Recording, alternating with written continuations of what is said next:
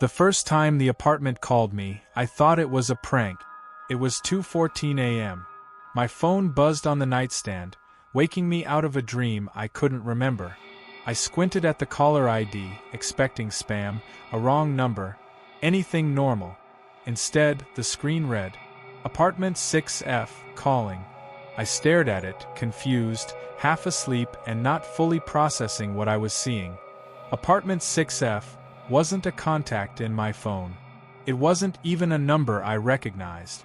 It was the unit I used to live in, the one I moved out of a year and a half ago. I answered anyway. At first, I heard nothing, then a faint buzzing like old fluorescent light, then breathing, slow, rhythmic, close to the speaker. "Who is this?" I asked. The breathing stopped.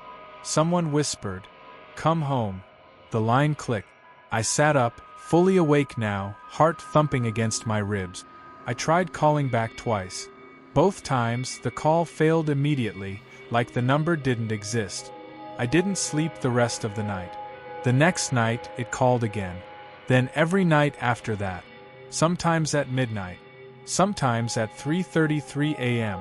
Always from Apartment 6F. Sometimes I heard breathing. Sometimes faint footstep. Once, I heard a voice humming a tune I used to whistle while cooking. The first time I heard my own voice on the line, I dropped the phone. It said, "Why did you leave?" I blocked the number. The calls kept coming from new ones. I changed my number. They still came. I smashed my SIM card. Bought a prepaid phone. Didn't matter. It always found me. Every time I answered, the voice sounded more like me. After 2 weeks of non-stop calls, I broke. I drove across town, past my current apartment, past the diner I visited every morning before work, past everything that felt safe, and parked outside my old building. It looked the same. Same chipped paint. Same dim lobby light. Same smell of old dust and radiator heat. But the longer I stared at the windows, the more wrong the building felt. Like it was holding its breath. Like it knew I was back. I climbed the stairs slowly, each step groaning beneath my weight. I didn't know what I expected to find. A squatter? A prankster? A glitch in the phone system? But when I reached the door of 6F, I felt a pressure in my chest. The door was unlocked. Not broken. Not forced. Just waiting. I pushed it open.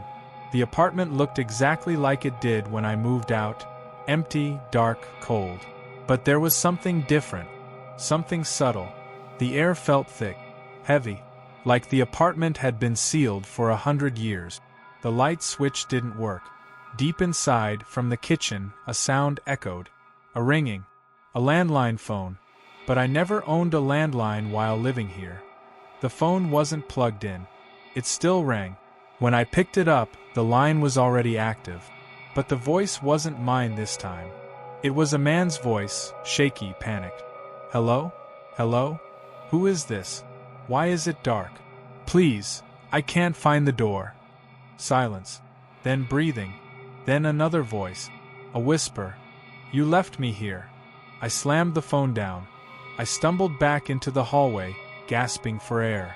That's when I heard footsteps behind me. Soft. There. I turned. No one there. But the air shifted again, like the apartment exhaled. I saw something on the wall then. A stain. No, an imprint. Like someone's shadow had been burned into the paint. A human outline, arms raised as if pounding on the wall from the other side. My stomach dropped. I wasn't the only former tenant it had called back. The bedroom door creaked open on its own. Slowly. Seconds later, the bathroom door. Then the closet. One by one, every door in the apartment opened as though the place was waking up after a long sleep. Then the lights flickered. Dim, sickly yellow, even though the power was shut off. I knew, because I saw the exposed wires where the breaker box had been ripped out years ago. But the apartment didn't need electricity. It was moving on its own. I tried to leave. The front door was gone. Not closed. Gone. A smooth wall in its place. The apartment had swallowed the exit. The landline rang again. I didn't want to answer. But I knew it wouldn't stop. When I picked it up, I heard something new. A chorus of voices. Men, women, children, all whispering the same words. Come home. Then a single voice rose above the rest. My own voice. You shouldn't have left. The walls darkened. Not with paint. With shadows. Human-shaped.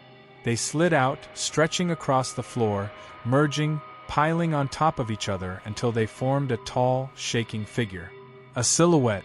It stepped forward. As it approached, its face came into view. My face. But wrong. Melted. Hollow. Eyes too deep, mouth too wide. It was me, but not me. An echo. A stain of who I used to be. It spoke with my voice, but layered with dozens of others. You belong to me. The apartment pulsed. I ran. I slammed into walls that weren't there a moment ago.